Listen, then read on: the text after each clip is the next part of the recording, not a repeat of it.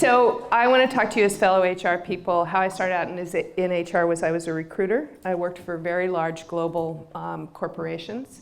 And I worked my way through my HR career to be a startup kind of gal. And as I started doing startup kind of gal stuff, I started doing HR very differently. So if you've read some of the stuff that I helped work on with the Netflix Culture Deck or the article that I wrote for the Harvard Business Review, you'll know that I'm a little bit radical. So I'm going to start today by asking you to suspend what you do and how you've learned to do it and the great professionals that you are, and come along with me on a little bit of a journey. And this is my theme. But here's what I learned to do differently, and I want to teach you guys a little bit about how I think about it. You know, I think sometimes in HR, we sort of wear, if I had a helmet on, it would have a rear view mirror if I was a professional HR person. I would say, what are our best practices? How do I look back at how we've always done this before and make it a little bit better? And I want you to just leave that for a second and say to yourself, what if in everything that we did, we began with the end in mind? What if we said we want to work in companies and create companies and be part of companies that have amazing people in them, who are passionate about what they do, who make incredible contributions, and the results are absolutely palpable and measurable? How would you do that? Well, first you'd think like a business person. What are your outcomes, right? In a business, you have many ways to determine whether or not you're successful. Metrics. You should know the metrics of your organization. What are they? Is it profit? Is it cost savings? Is it growth? You know, how is it that you're going to determine how the company is succeeding? Metrics usually involve numerals, in case you don't know that. So esoteric, like employees will be happy and engaged, is not a metric. That's an objective, okay? I'm going to do some market. You need to know what your market is, who your competitors are, what the landscape is. You need to be able to think like an investor so that you would understand when there are market forces that are changing your business or other things outside of the organization that are changing the landscape that which you operate, that you understand that. You need to understand what your contribution is, either to your industry or to society. And again, back to the metrics. Within the context of all of that, what are your timelines? What are your deliverables? What are your milestones for the business? Remember, I haven't said HR yet, right? And then your job, our job, is to translate how do humans pull that off, right? So what you need to think about before you start thinking about what kind of degree or skills and experience does it take to fill this open position is, what do people actually do? So I grew up in Silicon Valley, and I grew up in technology. And very often when I interview HR people, I ask them, you know, what does your business do? Oh, we're a bunch of engineers and we make software. And I say, have you ever sat next to an engineer while they write code? Oh, well, no, I'm not technical. Do you know what motivates them? Do you know what drives them? Do you know what that is? Do you know that they make pictures and websites and interactive things out of numbers? Zeros and ones, it's crazy stuff, right? It's like writing music when they write code. Do you know that? Do you sit next to people? Do you know what they actually do? A very important part of creating great, talented organization is to understand the time frames of your business.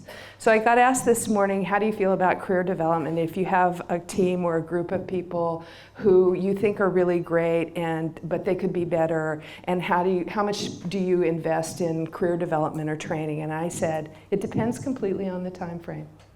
If you need somebody to know something that they don't know over a period of years, that's a great investment. If you need somebody to know something that they don't know or have no experience in another 3 months, that's a tough one to do. So time frame's important. You need to come into work every day and look around the people that you work with and say, what slows them down? Because I spend a lot of time with forward-thinking startups, and I spend a lot of time with people who are inventing the new world. And here's what I know for sure the new world has that the old world doesn't: speed, right?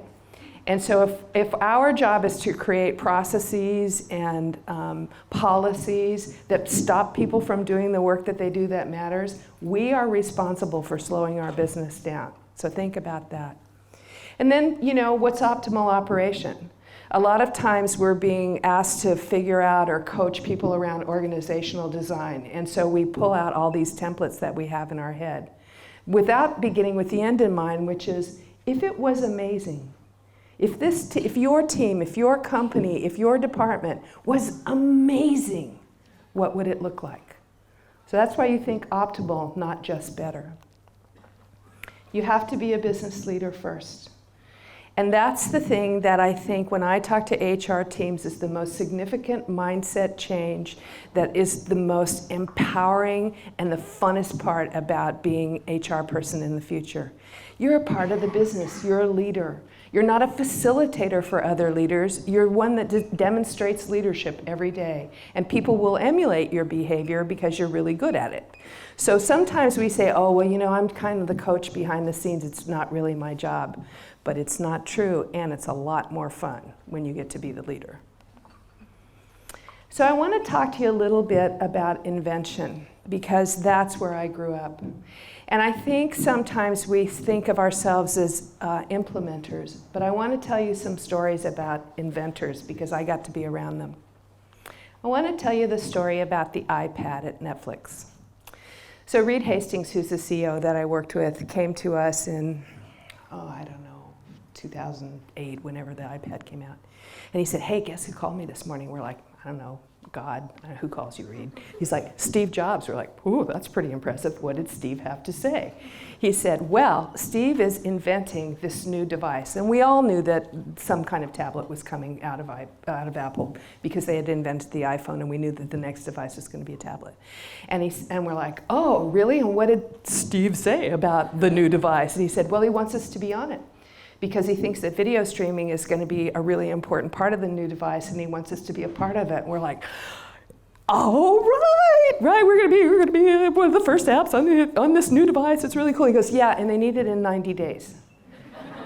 And I'm like, okay, you know, so these 5 things that are really critically important to the business, we're not going to do any of those. We're not going to do one of them. We're going to put the iPad in front of it, or the device. Let me say the device. He's like, no, we still have to do all those things. Like, well, do we know what the technology stack is? No. Do we know what the actual due date is? It's Apple, they're secretive about it, right? Oh, and by the way, only 5 people in the company are allowed to go to Apple to be led into the secret room and behold what we are now to refer to as the transformational device. I'm serious, right? So I go back to my engineering team. I'm like, okay, guys, you know, what about this? What about this? What about this? It's, as far as I'm concerned, it's impossible, right? And they're like, they get this gleam in their eyes that engineers get when you tell them they can't do something, right? It's like, we're doing it, man. I'm like, okay, I'll get out the midnight oil, right? So this team of people works night and day for 90 days, and we deliver the iPad app, and we're all crowded around the laptop when he announces it at Macworld, and the first thing he demonstrates is Netflix on the iPad, right? Oh my God. So fast forward, I don't know, a couple of months, and I walk into the engineering meeting, and I'm doing what I do when I get really excited about stuff. I'm like, oh my God, the iPad is really a transformational device.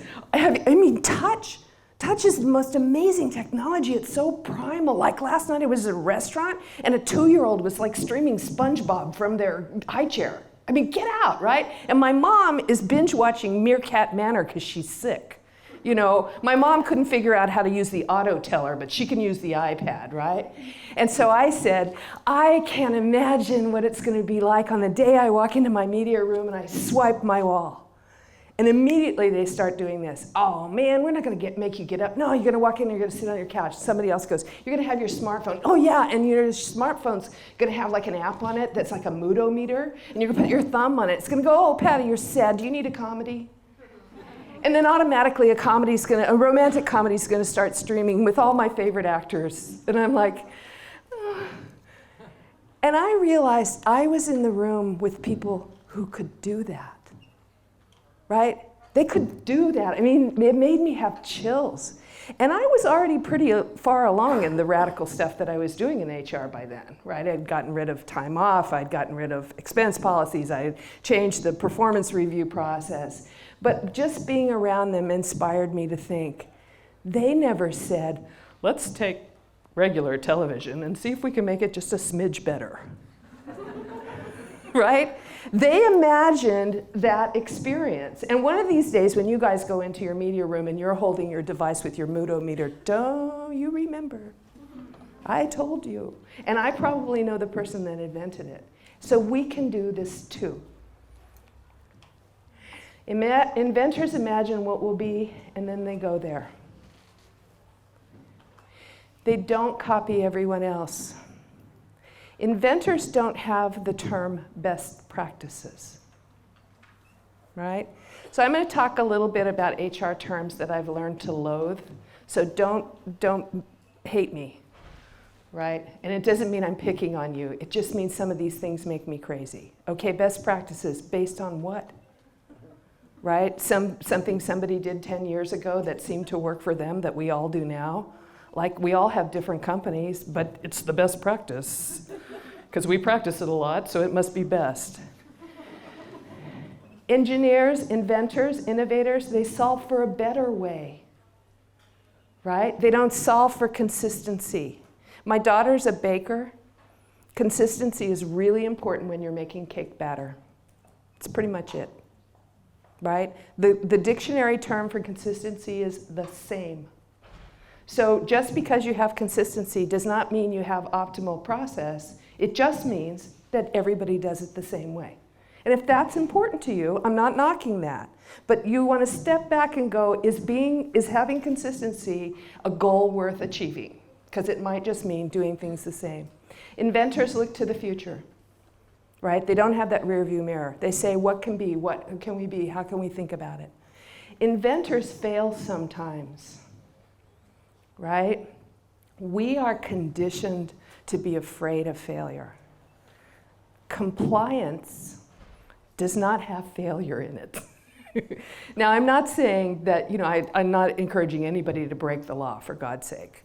But compliance for compliance sake might mean that you're not willing to try something new and be afraid, and you're afraid to try something and fail. And lastly, I want to talk about the HR term that I really like the least. It's very popular when you've all said it. It's called empowerment. We're going to empower our employees. It sort of reminds me like we're the HR fairies. You're empowered. How do you feel about that, huh? Because I've empowered you. The truth is, we all have power. Every single person who comes to work every single day walks in the door with power, and we can take it away, but we can't give it to them, right? And so I think that we've created this term called empowerment, which somehow means we're going to give it to them. And I think that, maybe if we just thought about that differently, what if we took away all the stuff that takes away their power?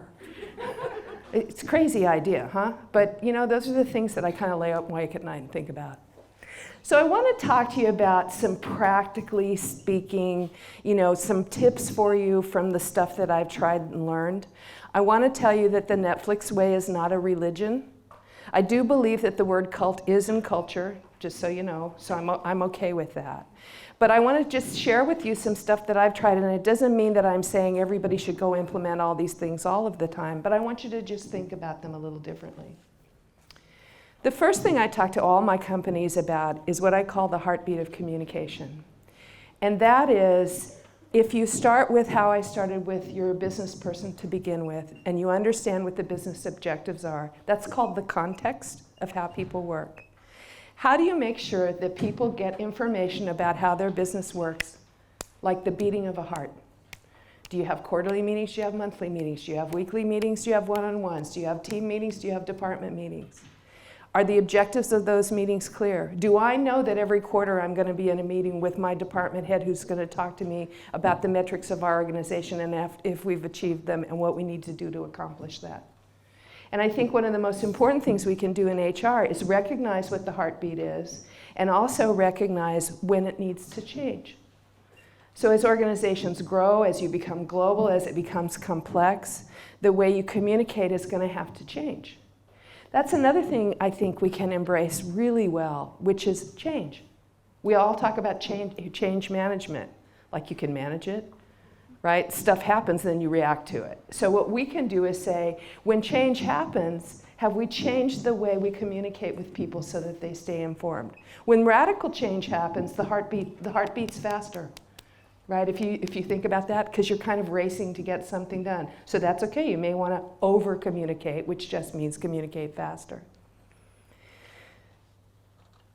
I think the gift that we can give our future employees is to teach them how business works. I would like every employee in every company to be a mini MBA. I want people to know the difference between profit and revenue. I interviewed somebody one time in the last .com boom. She's like, okay, I got it. Okay, wait, it's a good question. So you can have revenue without profit, but not profit without revenue. Like, yes! This was a very senior level person, right? So if we teach our employees how to read a P&L, then you know where you fit in the organization, right? Are you there to save money? Are you there to grow customers? What's your purpose in there and how do you measure it? That's all within the teaching of the business. Staffing and recruitment, I think, are the muscle of organizations. This is what I call talent management. And here's how I think about it. This is the lesson that I teach everybody. It's in the article I wrote, but I'll talk to you about it. To begin with the end in mind. Imagine that your team is amazing in 6 months. You can see out there and you've got this team and it's just, oh my God, everybody's like, holy moly, those guys are accomplishing amazing amounts of stuff. Okay? What does that look like? What are the metrics? And what are people doing? Make a movie of it. Have 2 microphones, whatever. And I'm following people around the company. What are they doing? How are they communicating? How are they operating?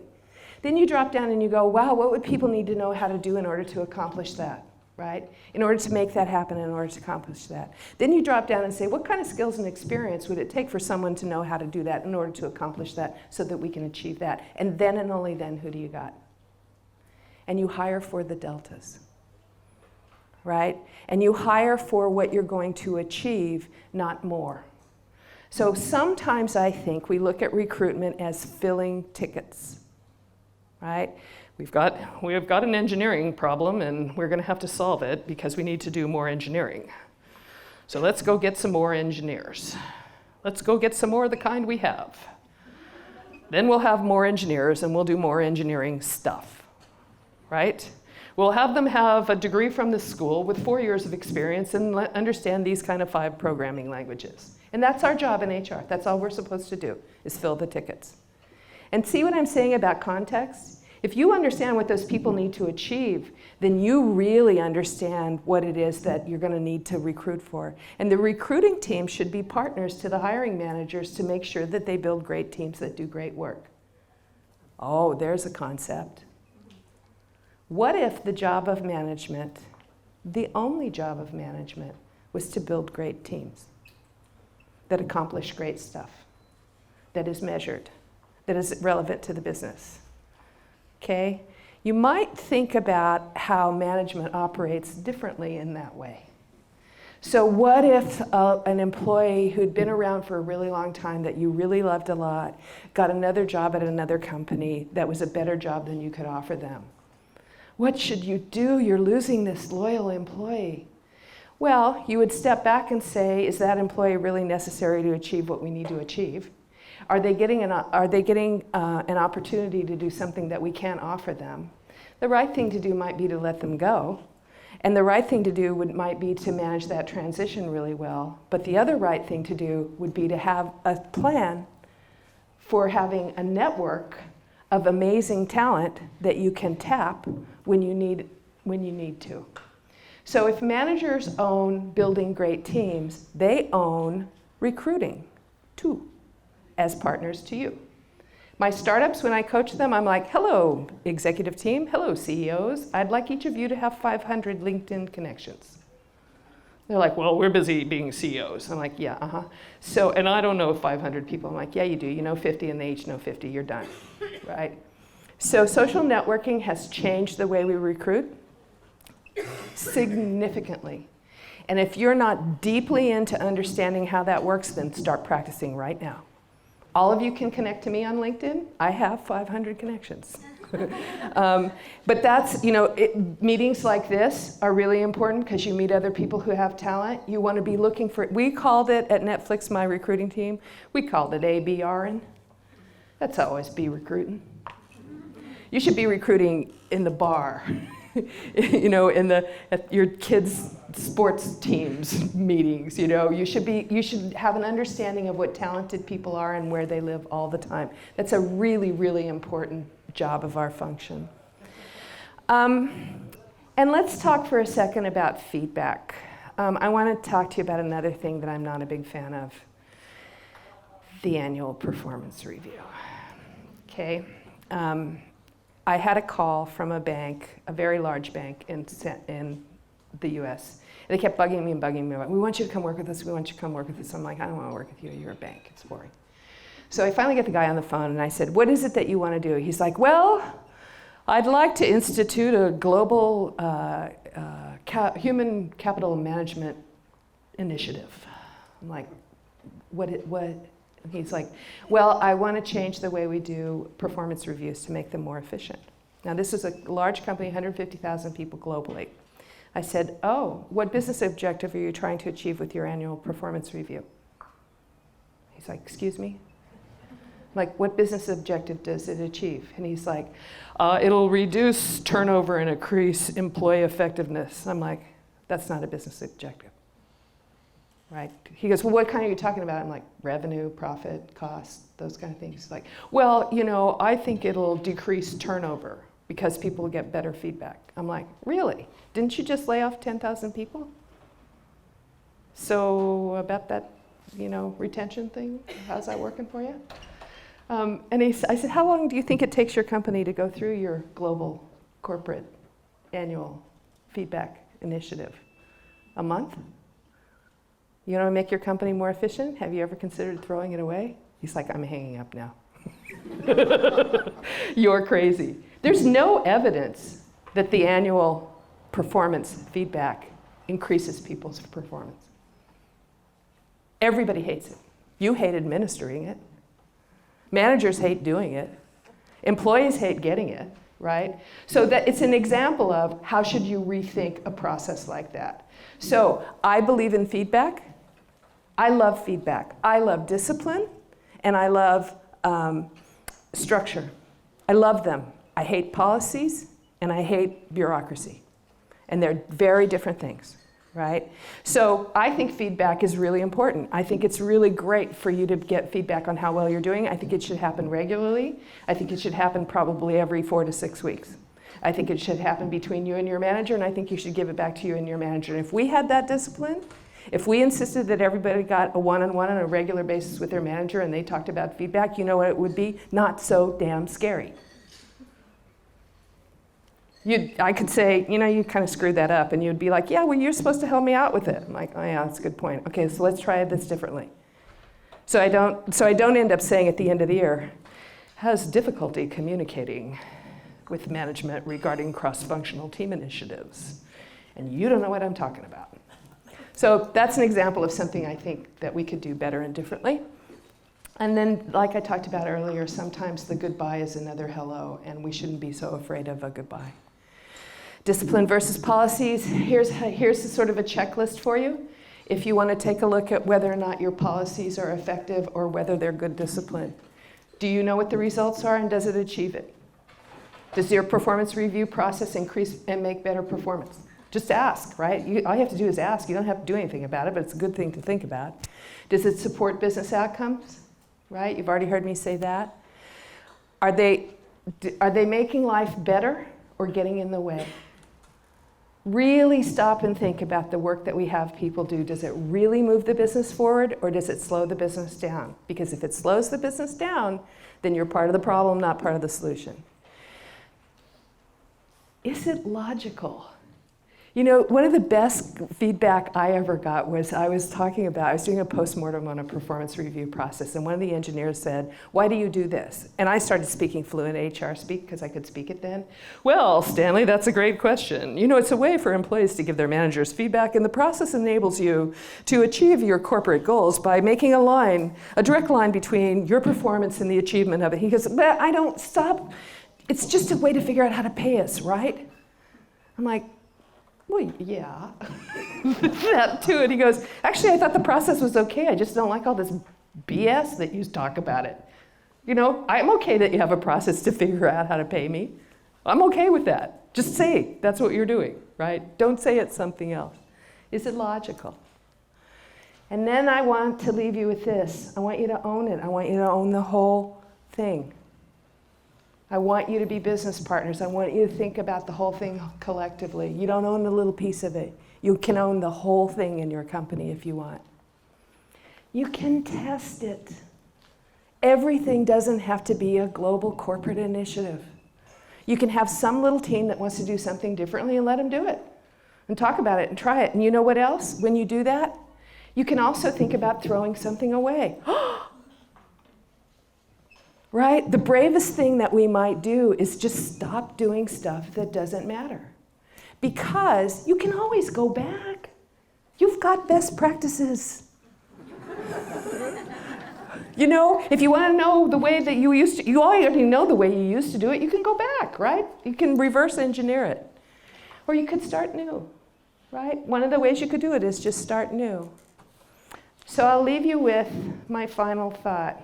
I am pretty well known as a radical HR person, but it might just be that I'm reasonable. So that's my talk.